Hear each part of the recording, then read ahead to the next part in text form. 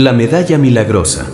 Hermanos soldados de Cristo, bienvenidos a Milites Fidei. Y hoy les traigo una historia que ha transformado millones de vidas, una historia de apariciones celestiales, profecías cumplidas y milagros incontables que continúan hasta nuestros días.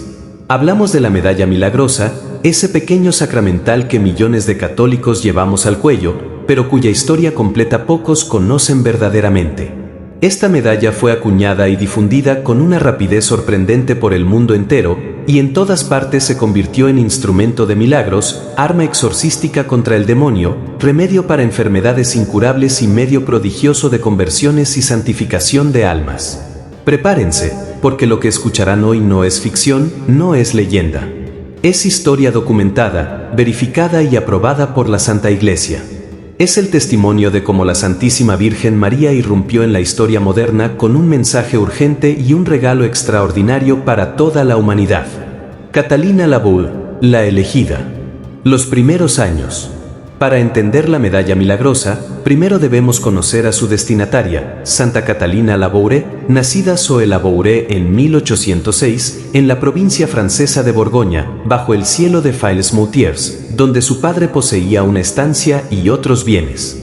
La pequeña Zoe, llamada Catalina tras su primera comunión, vivió una infancia marcada por la sencillez campesina y el trabajo honesto. Su mayor alegría era llevar la ración diaria a la multitud de palomas que habitaban la torre cuadrada del palomar de su casa. Eran casi 800 cabezas, recordaría ella más tarde con un tímido orgullo. Cuando las aves la avistaban, se lanzaban hacia ella, envolviéndola como una palpitante nube blanca. Catalina reía, defendiéndose de las más precipitadas, acariciando las más tiernas, dejando su mano deslizar por la suavidad de aquellos plumajes inmaculados. Durante toda su vida guardaría nostalgia de las palomas de su infancia.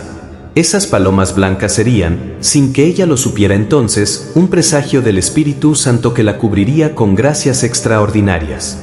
La pérdida que lo cambió todo. Pero a los 9 años, un acontecimiento marcó profundamente su destino. Catalina perdió a su madre, Louise Madeleine Gontard, una distinguida señora de espíritu cultivado y alma noble, de heroísmo doméstico ejemplar. El golpe fue devastador para la pequeña. Abrumada por el dolor, deshecha en lágrimas, Catalina corrió hacia una imagen de la Santísima Virgen que había en su hogar. La abrazó fuertemente y exclamó entre sollozos: «De ahora en adelante, vos seréis mi madre». La tomó como madre. Y hermanos, Nuestra Señora no decepcionaría jamás a esta muchacha que se entregaba a ella con tanta devoción y confianza filial. A partir de ese momento, María la adoptó como hija dilecta, alcanzándole gracias superabundantes que solo hicieron crecer su alma ya inocente y generosa. La visión profética del sacerdote. Esta encantadora guardiana de palomas, cuyos limpios ojos azules reflejaban salud, alegría y vida, pero también gravedad y sensatez venidas de las responsabilidades que temprano cayeron sobre sus jóvenes hombros, tuvo sus horizontes interiores abiertos a la contemplación desde muy joven. A los 18 años, algo extraordinario sucedió. Una noche tuvo un sueño que la impresionó profundamente. En la iglesia de Fils-Moutiers, vio a un viejo y desconocido sacerdote celebrando la Santa Misa. Su mirada penetrante la conmovió de manera inexplicable.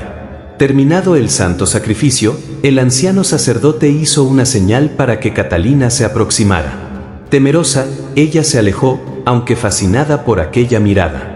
El sueño continuó. Catalina salió a visitar a un enfermo pobre y reencuentra al mismo sacerdote, quien esta vez le dice con voz solemne: «Hija mía, tú ahora huyes de mí, pero un día serás feliz de venir hasta mí. Dios tiene designios para ti. No te olvides de eso». Catalina despertó repasando aquel sueño en su mente, sin comprenderlo todavía. ¿Quién era aquel sacerdote? ¿Qué significaba aquella profecía? El llamado confirmado. La respuesta llegaría tiempo después.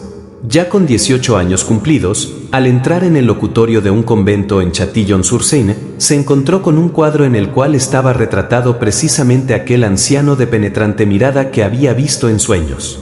¿Saben quién era, hermanos? San Vicente de Paúl, fundador de la Congregación de las Hijas de la Caridad. El santo mismo confirmaba e indicaba así la vida religiosa que Catalina debía seguir. Pero el camino no fue fácil. Su padre, Pierre Laboure, intentó por todos los medios alejarla de la vida religiosa. La envió a París para trabajar en el restaurante de su hermano, esperando que el bullicio de la capital la distrajera de su vocación. Pero Catalina permaneció firme como una roca. Finalmente, a los 23 años, venciendo todos los obstáculos, Catalina abandonó para siempre el mundo y entró como postulante en aquel mismo convento de Chatillon-sur-Seine. 3 meses después, el 21 de abril de 1830, fue aceptada en el noviciado de las Hijas de la Caridad, situado en la Rue du Bac número 140, en París, donde tomó el hábito en enero del año siguiente. El escenario estaba preparado. La elegida había llegado al lugar donde Dios y su Santísima Madre tenían preparado uno de los acontecimientos más extraordinarios de la historia de la Iglesia. La primera aparición, la Noche del Ángel. El deseo ardiente. Desde su entrada al convento de la Rue du Bac, Catalina fue favorecida por numerosas visiones sobrenaturales. El corazón de San Vicente de Paúl, el Santísimo Sacramento, Cristo Rey y la Santísima Virgen se le aparecían. Pero detengámonos en las apariciones de la Reina Celestial, porque de ellas nacería la medalla milagrosa. Era la fiesta de San Vicente de Paúl, 18 de julio de 1830. Aquella tarde, Sor Marta, la superiora del noviciado, les había hablado sobre la devoción a los santos, en particular sobre la devoción a la Santísima Virgen. Estas palabras encendieron en el corazón de Catalina un deseo inmenso, ver a la Madre de Dios con sus propios ojos. Se acostó con ese único pensamiento palpitando en su mente y corazón. Como les habían distribuido un pedazo del roquete de lino de San Vicente de Paúl como reliquia, Catalina cortó la mitad y se la tragó con fe, pidiéndole al santo que le concediera ver a la Santísima Virgen María, poder contemplarla. El ángel guardián visible. A las 11:30 de la noche, mientras dormía, oyó una voz que la llamaba, «Hermana Labouré, hermana Labouré». Despertó sobresaltada, abrió la cortina de su cama y vio algo que la dejó paralizada, un niño de apenas 4 o 5 años, vestido completamente de blanco, resplandeciente de luz, de pie junto a su lecho. El niño le dijo con voz clara, «Levántate deprisa y ven a la capilla. La Santísima Virgen te espera». Imaginen ese momento, hermanos. ¿Qué habrían sentido ustedes? Catalina sintió un momento de duda. Pensó, las otras hermanas me van a oír, se van a despertar. Pero el niño le respondió con toda tranquilidad, «Tranquila, son las 11:30. Todas están profundamente dormidas. Ven conmigo, que te espero».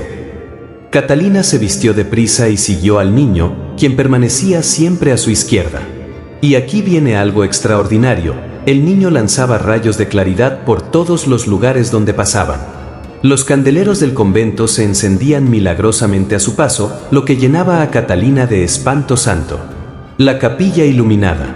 Cuando llegaron a la capilla, el niño apenas tocó la puerta con la punta del dedo y ésta se abrió sola. El asombro de Catalina aumentó aún más cuando vio todas las velas y candelabros encendidos, como en la misa de medianoche de Navidad. Todo resplandecía con luz sobrenatural. Sin embargo, no veía aún a la Santísima Virgen. El niño la condujo dentro del santuario hasta la silla del director espiritual, el padre Aladel. Allí Catalina se arrodilló mientras el niño permanecía de pie. Y esperó. El tiempo de espera le pareció largo, interminable. Miró hacia la galería por si las hermanas encargadas de la vigilia nocturna pasaban por allí. Pero no, todo estaba en silencio.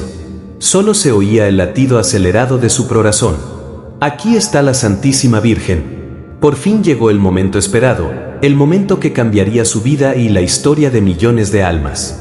El niño la alertó diciendo con voz repentinamente diferente, ya no infantil sino de hombre adulto, con tono autoritario: «Es la Santísima Virgen. Mírala, aquí viene». En ese instante, Catalina escuchó un ruido delicado, como el ligero sonido del viento rozando la seda.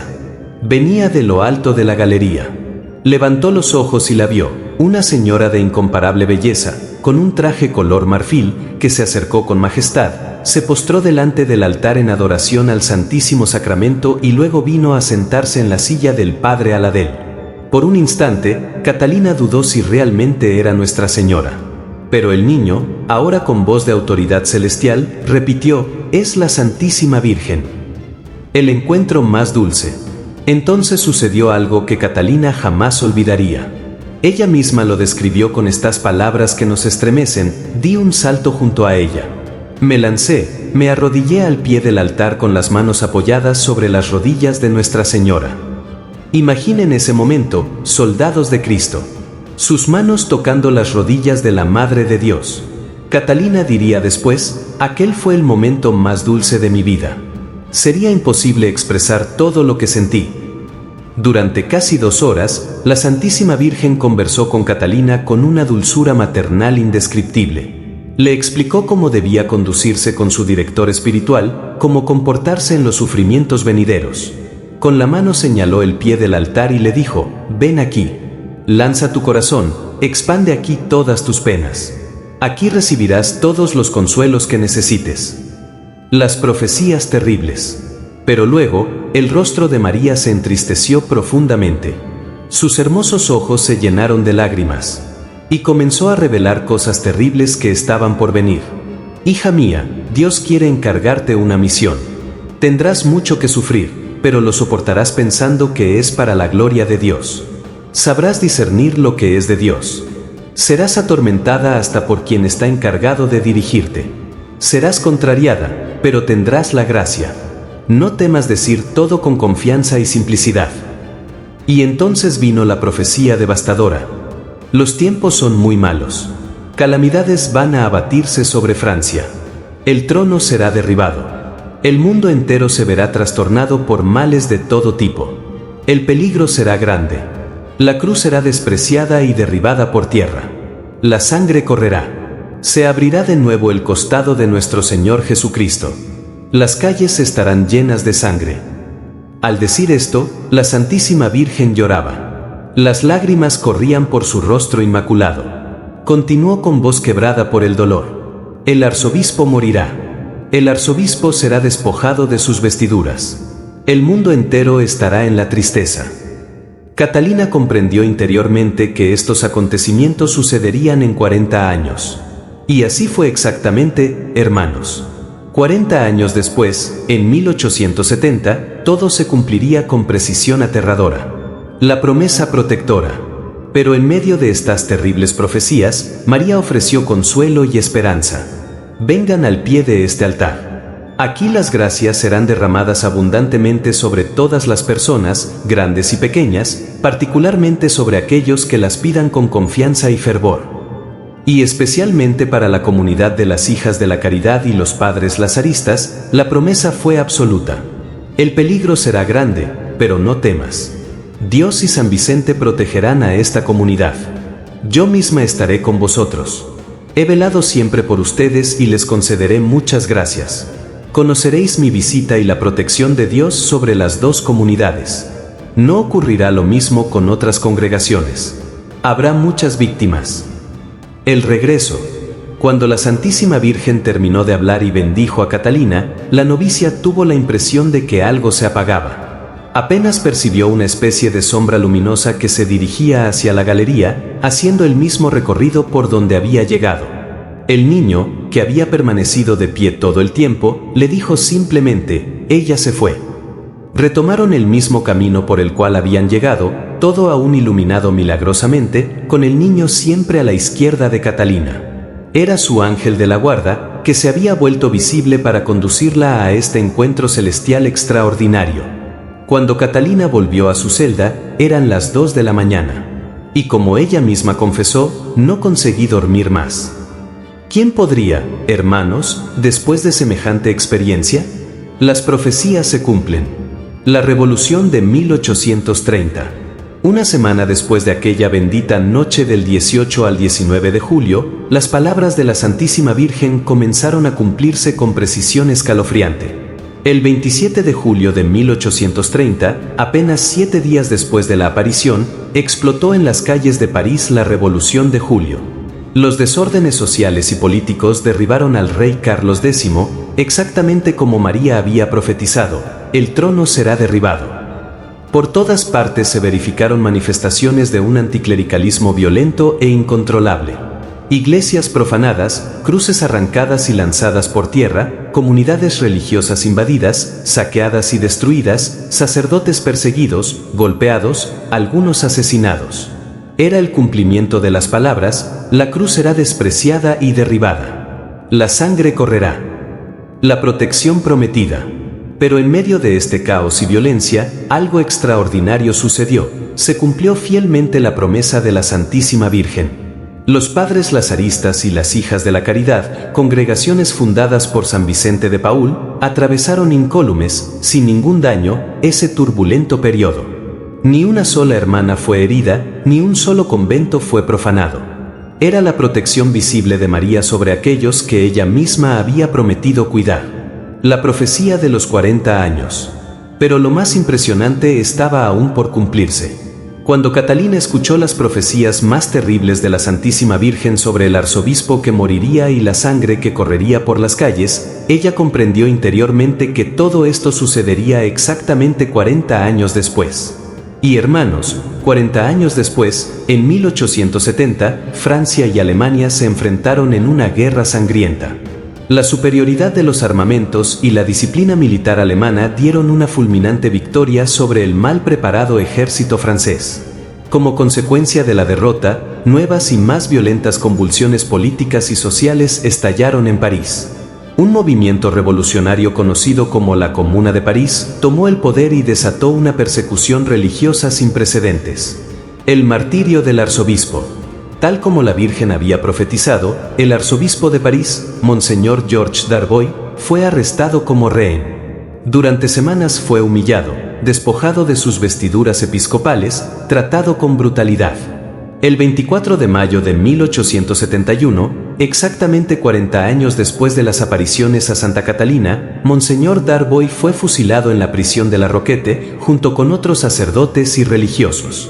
En total, los comuneros asesinaron a más de 20 dominicos y decenas de sacerdotes, religiosos y laicos católicos. Las calles de París, literalmente, corrieron con sangre. Todo, absolutamente todo, se cumplió tal como María lo había anunciado. La protección se repite. Y una vez más, milagrosamente, los lazaristas y las hijas de la caridad atravesaron incólumes este periodo de terror. Mientras otras congregaciones eran masacradas, mientras conventos eran incendiados y religiosas violentadas, las comunidades de San Vicente de Paúl permanecieron protegidas. Santa Catalina, durante esos días terribles, era la única en no tener miedo. Mientras las otras hermanas estaban presas de pánico, ella las consolaba diciendo: «Esperad. La Virgen velará por nosotros. No nos sucederá ningún mal». Cuando los revolucionarios invadieron el convento y expulsaron a las hermanas, Santa Catalina no solo aseguró a la superiora que la propia Santísima Virgen guardaría la casa intacta, sino que además profetizó que todas estarían de vuelta dentro de un mes para celebrar la fiesta de la realeza de María el 31 de mayo. Al retirarse, tomó la corona de la imagen del jardín y dijo: «Yo volveré para coronaros el día 31 de mayo». 27 de noviembre de 1830, la visión que cambió el mundo. Era sábado, 27 de noviembre de 1830, a las 5:30 de la tarde. Las hijas de la caridad se encontraban reunidas en la capilla de la Rue du Bac para el acostumbrado periodo de meditación vespertina. Reinaba un perfecto silencio. Las hileras de monjas, incluidas las novicias, permanecían en profundo recogimiento interior. Catalina, como las demás, estaba sumida en oración. Pero súbitamente, mientras todo permanecía en silencio absoluto, le pareció oír, viniendo del lado de la galería, un ruido delicado como el ligero sonido de un vestido de seda deslizándose. Había mirado hacia ese lado y la vio. La Santísima Virgen estaba allí. Se encontraba de pie, a la altura del cuadro de San José, de estatura mediana. Su rostro era tan bello que Catalina diría después: sería imposible describir su belleza. La descripción de María. Escuchen atentamente esta descripción que nos dejó Santa Catalina, porque es uno de los testimonios más detallados y hermosos que tenemos de una aparición mariana. La Santísima Virgen vestía un traje de seda blanco aurora, hecho según el modelo llamado a la Virgen, es decir, con mangas largas y lisas. Sobre su cabeza llevaba un velo blanco que descendía de cada lado hasta el suelo. Bajo el velo, Catalina podía ver sus cabellos peinados y repartidos en medio, con un encaje de aproximadamente 3 centímetros de altura, sin fruncidos, apoyado ligeramente sobre los cabellos. Su rostro estaba descubierto, sus pies posaban sobre una media esfera o globo terráqueo, y en sus manos, elevadas a la altura del estómago de manera muy natural, sostenía una esfera de oro pequeña, rematada por una cruz, que representaba el mundo entero. Los ojos de María estaban vueltos hacia el cielo. Su mirada era de una profundidad infinita. Su rostro irradiaba una belleza imposible de describir con palabras humanas. Los anillos de piedras preciosas. Entonces Catalina percibió algo extraordinario. En los dedos de la Santísima Virgen había anillos adornados con bellísimas piedras preciosas. Algunas eran más grandes, otras más pequeñas, pero todas de una hermosura celestial. Y de repente, esas piedras preciosas comenzaron a lanzar rayos de luz hacia todos lados. Cada rayo era diferente, algunos más intensos, otros más suaves. Los rayos que partían de las piedras más grandes eran más magníficos, más deslumbrantes. Estos fulgores se ampliaban a medida que descendían, llenando toda la parte inferior del lugar con una luz sobrenatural. El espectáculo era tan maravilloso que Catalina no podía apartar la mirada. Estaba completamente extasiada, absorbida en aquella contemplación celestial. El mensaje de las gracias. En ese momento, cuando Catalina estaba totalmente absorta contemplando a la Santísima Virgen, María bajó sus ojos y los fijó directamente en ella. Y una voz se hizo oír en lo más profundo de su corazón, diciéndole estas palabras fundamentales. Esta esfera que ves representa el mundo entero, especialmente Francia y cada persona en particular. Catalina no supo expresar lo que sintió en ese instante. El esplendor, la cintilación de aquellos rayos maravillosos la dejaron sin palabras. Entonces la Santísima Virgen continuó explicando. Estos rayos son símbolo de las gracias que yo derramo sobre las personas que me las piden. Y añadió, con ternura maternal. Qué agradable es orar a la Madre de Dios. Cuán generosa soy con aquellos que se dirigen a mí. Cuántas gracias concedo a las personas que me las ruegan. Y qué alegría siento al concedérselas. El misterio de los anillos sin rayos. Pero hubo algo que Catalina notó con tristeza, no todos los anillos emitían rayos de luz. Algunos permanecían opacos, sin fulgor. La Santísima Virgen, leyendo la pregunta en su corazón, explicó con voz entristecida. Los anillos de los cuales no parten rayos simbolizan las gracias que las personas se olvidan de pedirme. Cuántas gracias preparadas, listas para ser concedidas, y nadie me las pide. Cuántos tesoros celestiales que permanecen sin ser reclamados. Este detalle, hermanos, debería hacernos reflexionar profundamente. ¿Cuántas gracias hemos dejado de recibir simplemente porque no hemos pedido? María tiene sus manos llenas de bendiciones esperando ser derramadas, pero necesita que se las pidamos con fe y confianza. La formación de la medalla. Entonces sucedió algo que definiría la devoción mariana para los siglos venideros. En torno a la Santísima Virgen se formó un cuadro ovalado, y en la parte superior de este óvalo aparecieron letras de oro que decían: Oh María, sin pecado concebida, rogad por nosotros que recurrimos a vos. Esta fórmula era revolucionaria. Recordemos que estamos en 1830 y el dogma de la Inmaculada Concepción no sería proclamado hasta 1854, 24 años después. La Santísima Virgen misma estaba confirmando este misterio de fe antes de que la Iglesia lo definiera solemnemente. En ese momento, una voz clara y firme le dijo a Catalina: haz acuñar una medalla según este modelo. Todas las personas que la lleven recibirán grandes gracias. Las gracias serán abundantes para quienes la usen con confianza. El reverso de la medalla, formado por la letra M mayúscula, sobre la cual se elevaba una cruz con una barra en su base. La M representaba a María, la cruz representaba la redención por Cristo. Debajo del monograma, lado a lado, aparecían dos corazones, el corazón de Jesús, coronado de espinas, y el corazón de María, traspasado por una espada. Era la representación perfecta del amor redentor de Cristo y el amor corredentor de María, unidos en el misterio de nuestra salvación. Todo el conjunto estaba rodeado por 12 estrellas, símbolo de los 12 apóstoles y también de la Iglesia universal. Entonces todo desapareció gradualmente, como algo que se extingue suavemente. Catalina quedó llena de sentimientos de paz, alegría y consolación indescriptibles. La tercera aparición y los años de silencio. Diciembre de 1830, la confirmación. Pocos días después, en diciembre de 1830, la Santísima Virgen apareció por tercera y última vez a Santa Catalina. Como en la visión anterior, vino durante el periodo de meditación vespertina, haciéndose preceder por aquel característico ruido delicado de un vestido de seda. De nuevo Catalina contempló a la reina del universo con el mismo traje de color aurora, revestida del velo blanco, sosteniendo el globo de oro con la pequeña cruz arriba, los anillos adornados con piedras preciosas de diferentes intensidades, la misma luz radiante como el sol. Santa Catalina lo recordaría así: es imposible expresar lo que sentí. En esta ocasión comprendió algo profundo. La Santísima Virgen, sosteniendo esa esfera de oro que representaba el mundo, se la estaba ofreciendo a nuestro Señor Jesucristo. Era un acto de intercesión maternal, ofreciendo el mundo entero al corazón misericordioso de su Hijo. De nuevo la voz resonó en su corazón: estos rayos son símbolo de las gracias que la Santísima Virgen obtiene para las personas que se las piden. Y luego, todo desapareció como algo que se apaga suavemente, dejando a Catalina repleta de alegría y consolación sobrenatural. La despedida de María. Con esta tercera aparición se cerró el ciclo de las visiones de la Santísima Virgen a Santa Catalina.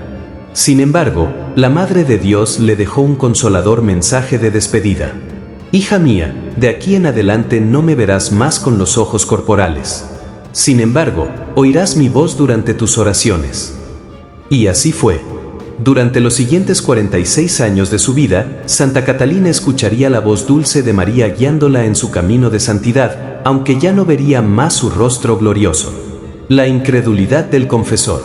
Inmediatamente después de estas apariciones, Catalina relató todo a su director espiritual, el padre Jean-Marie Aladel. Pero para su gran sufrimiento, él no le creyó.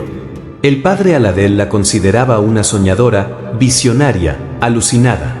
Esa joven novicia que todo le confiaba e insistentemente le imploraba: Nuestra Señora quiere esto, Nuestra Señora está descontenta, es necesario acuñar la medalla. Pero él no le hacía caso.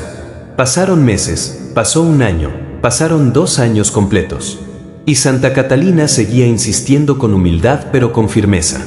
La Santísima Virgen había dado una orden clara, y ella no descansaría hasta verla cumplida. Este fue parte del sufrimiento que María le había anunciado: serás atormentada hasta por quien está encargado de dirigirte. La profecía se cumplía dolorosamente. La autorización final. Por fin, después de 2 largos años de espera y súplicas, el padre Aladel resolvió consultar al arzobispo de París, Monseñor de Quelen. Para sorpresa de muchos, el prelado lo animó a llevar adelante el santo emprendimiento. Solo entonces, en 1832, el padre Aladel encomendó a la prestigiosa Casa Bachet las primeras 2000 medallas.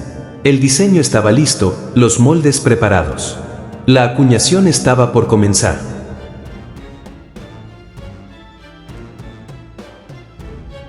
Pero la providencia tenía otros planes. Justo cuando todo estaba preparado para la producción de las primeras medallas, una terrible epidemia irrumpió en Francia. El cólera y los primeros milagros. La peste que vino del este. El 26 de marzo de 1832, una epidemia de cólera morbus, venida de Rusia a través de Polonia, irrumpió en París con furia devastadora. La ciudad quedó paralizada por el terror. La muerte andaba suelta por las calles. Las descripciones de la época son aterradoras, hermanos. El cuerpo de un hombre en perfectas condiciones de salud se reducía a un estado esquelético en apenas 45 horas.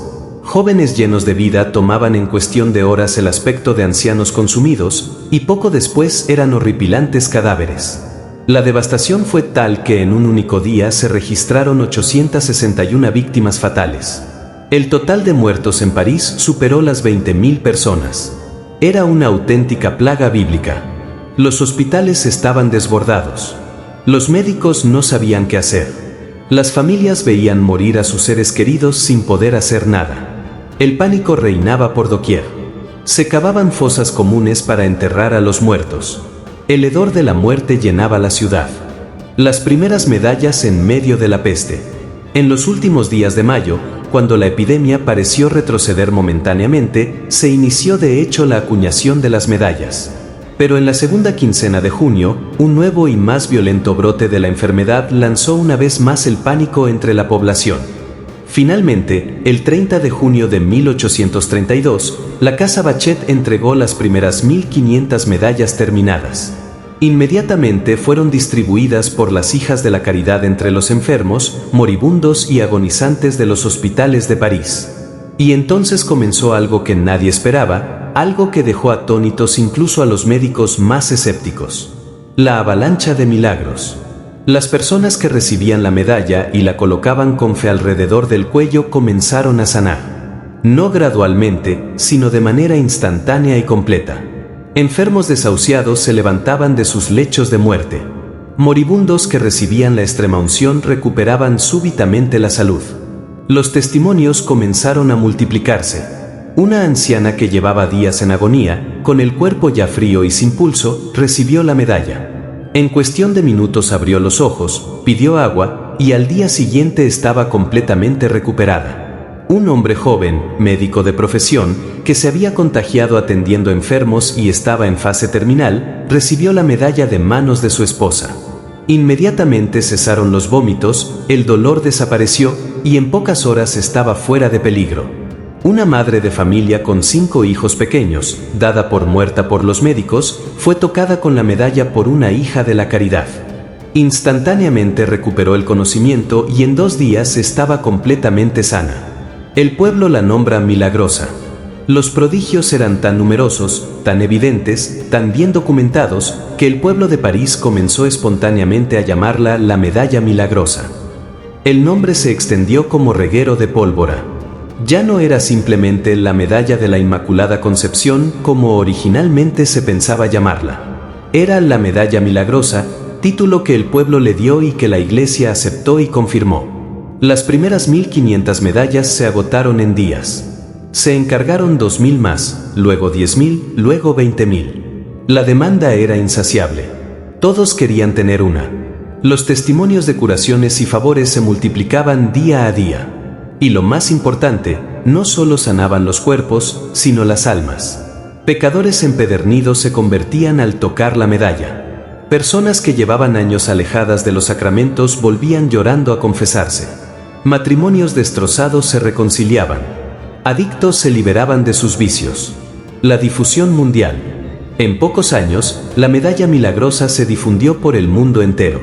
Francia, España, Italia, Alemania, Polonia, Inglaterra, Irlanda. Cruzó el Atlántico hacia América, Estados Unidos, México, Brasil, Argentina, Chile. Llegó a China, a la India, a Etiopía, a Filipinas, a Australia. En todos los continentes, en todos los países, en todas las lenguas, se repetía el mismo fenómeno. Donde llegaba la medalla milagrosa, llegaban los milagros. Para 1842, solo 10 años después de su acuñación, ya circulaban más de 10 millones de medallas por todo el mundo. Y los registros de milagros, conversiones, curaciones y favores llegaban de todos lados en cantidades imposibles de contar. Era evidente para todos, la mano de Dios estaba detrás de esto. La Santísima Virgen María había entregado a la humanidad un arma espiritual de poder incalculable. La conversión de Alfonso Ratisbona. El caso que conmovió a Europa. De todos los milagros atribuidos a la medalla milagrosa, ninguno causó tanta conmoción en el mundo como el que voy a relatarles ahora. Es la historia de Alfonso Tobías Ratisbona, y su conversión es uno de los acontecimientos más extraordinarios y mejor documentados de la historia de la Iglesia. Un judío millonario en Roma. Alfonso Ratisbona era un joven banquero judío, nacido en Estrasburgo en 1814, emparentado con la poderosa familia Rothschild. Era culto, refinado, inmensamente rico, y tenía todo lo que el mundo puede ofrecer: juventud, salud, fortuna y un prometedor futuro. A finales de 1841, con apenas 27 años, viajó a Roma con su prometida para preparar su boda. Pero Alfonso no era un turista común. Era un judío orgulloso de su fe, y más aún, era profundamente anticatólico.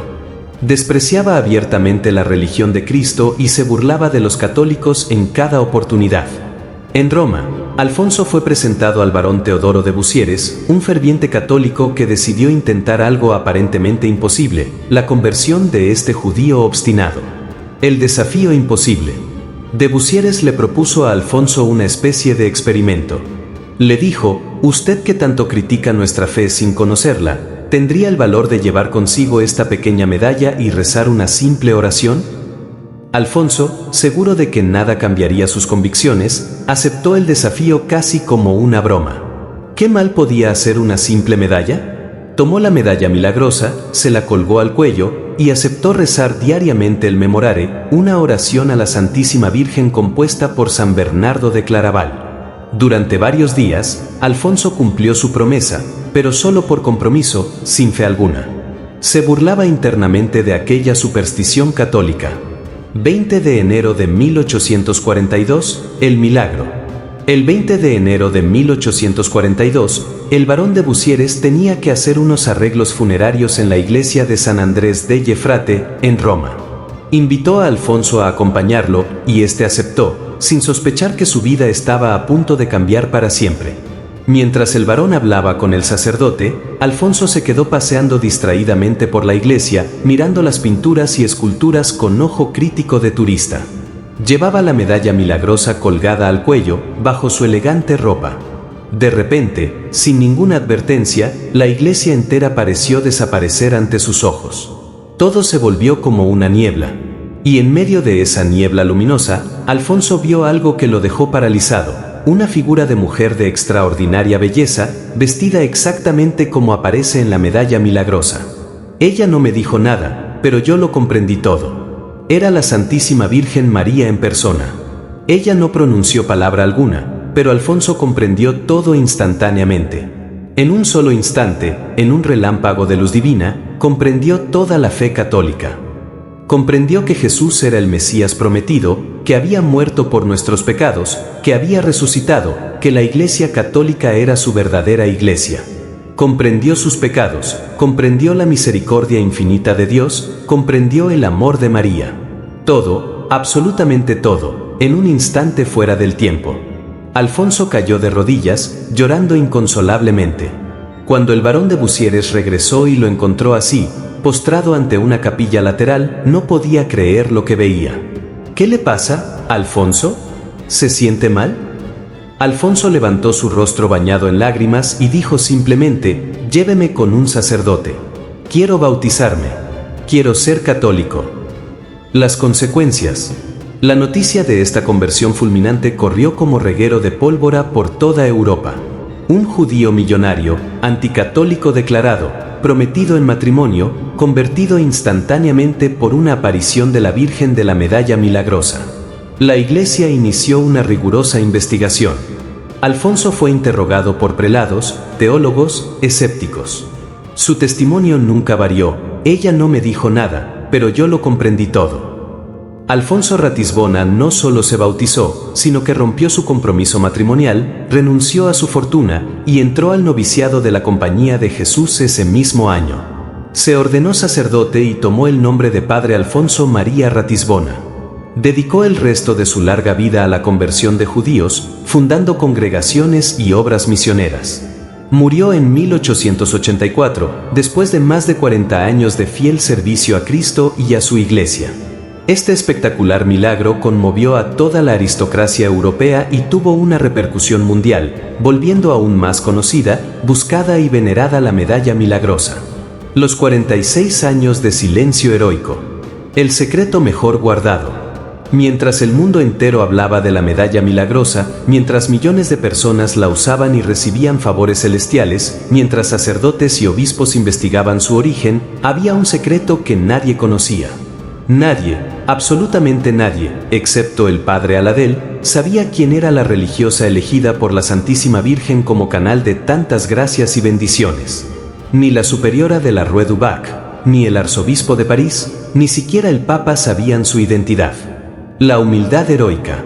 Por humildad, por obediencia, por amor a Dios, Santa Catalina Labouré mantuvo durante toda su vida un absoluto silencio. 46 años sin decir nada, sin buscar gloria, sin reclamar ningún reconocimiento. Vivía como una hermana más, realizando los trabajos más humildes.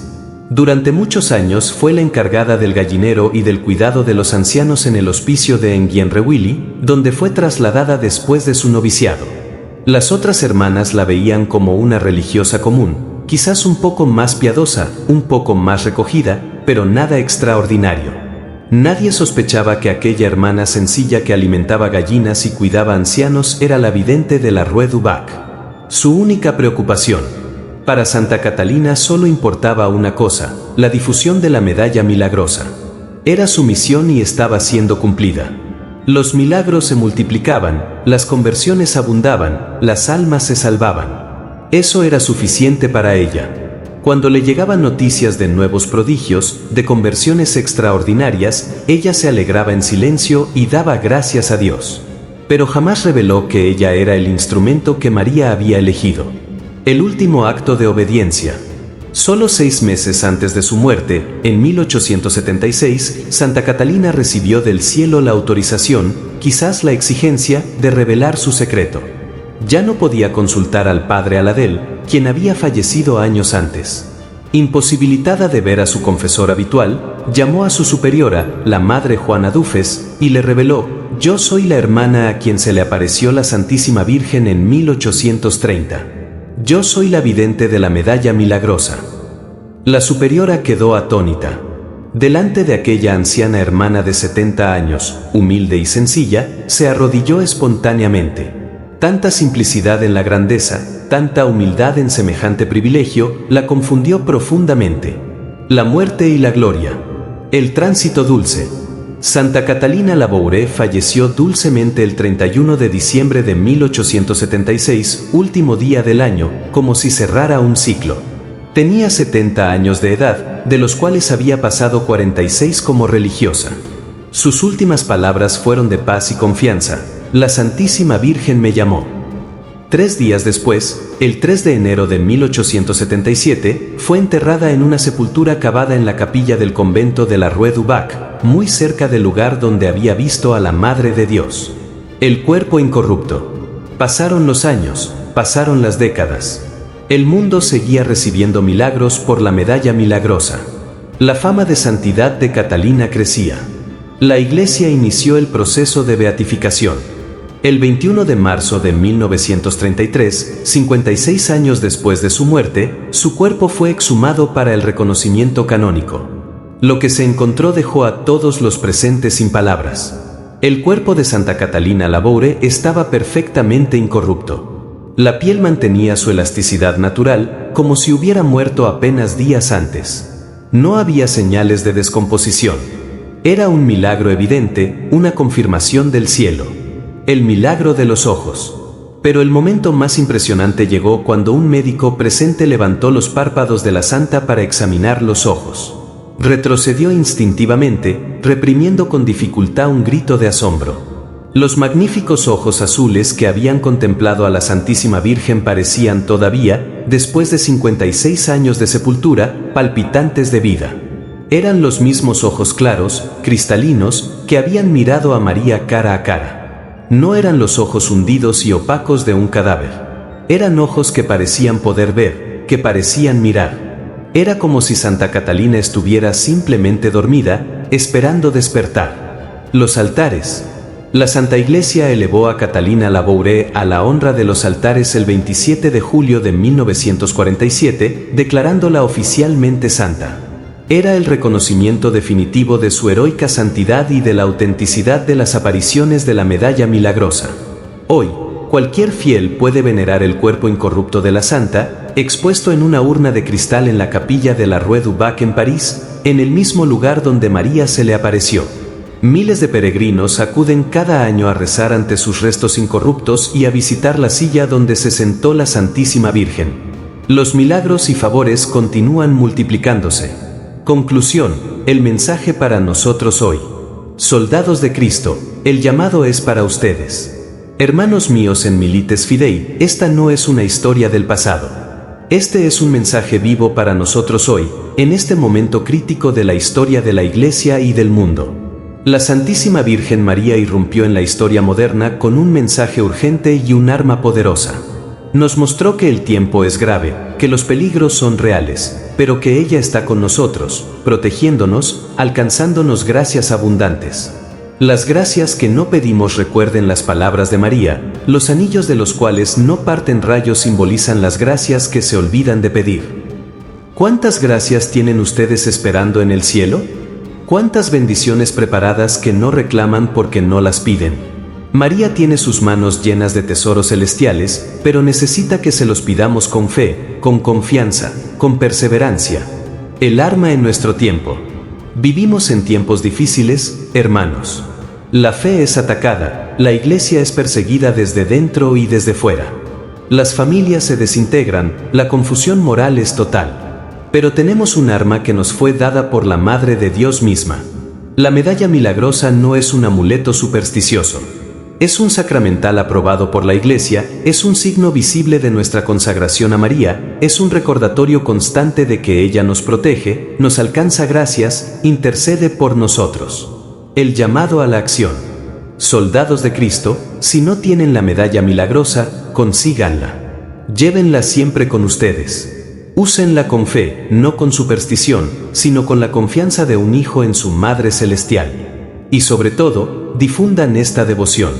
Así como Santa Catalina solo se preocupaba por la difusión de la medalla, nosotros debemos compartir este tesoro con otros. Regalen medallas bendecidas a sus familiares, amigos, compañeros de trabajo. Cada medalla que entregan es una semilla de gracia. Nunca saben qué alma puede ser tocada, qué conversión puede ocurrir, qué milagro puede realizarse. La promesa sigue vigente. Las palabras de María siguen siendo verdaderas hoy como lo fueron en 1830. Todos los que la usen recibirán grandes gracias. Estas serán abundantes para aquellos que la lleven con confianza. Esta promesa no ha caducado. Es para ustedes, es para mí, es para todos los que acudimos a María con corazón sincero. El ejemplo de Catalina. Y finalmente, imitemos la humildad heroica de Santa Catalina. En un mundo que busca fama, reconocimiento, protagonismo, ella nos enseña el camino de la santidad escondida, del servicio silencioso, de la fidelidad sin recompensa inmediata.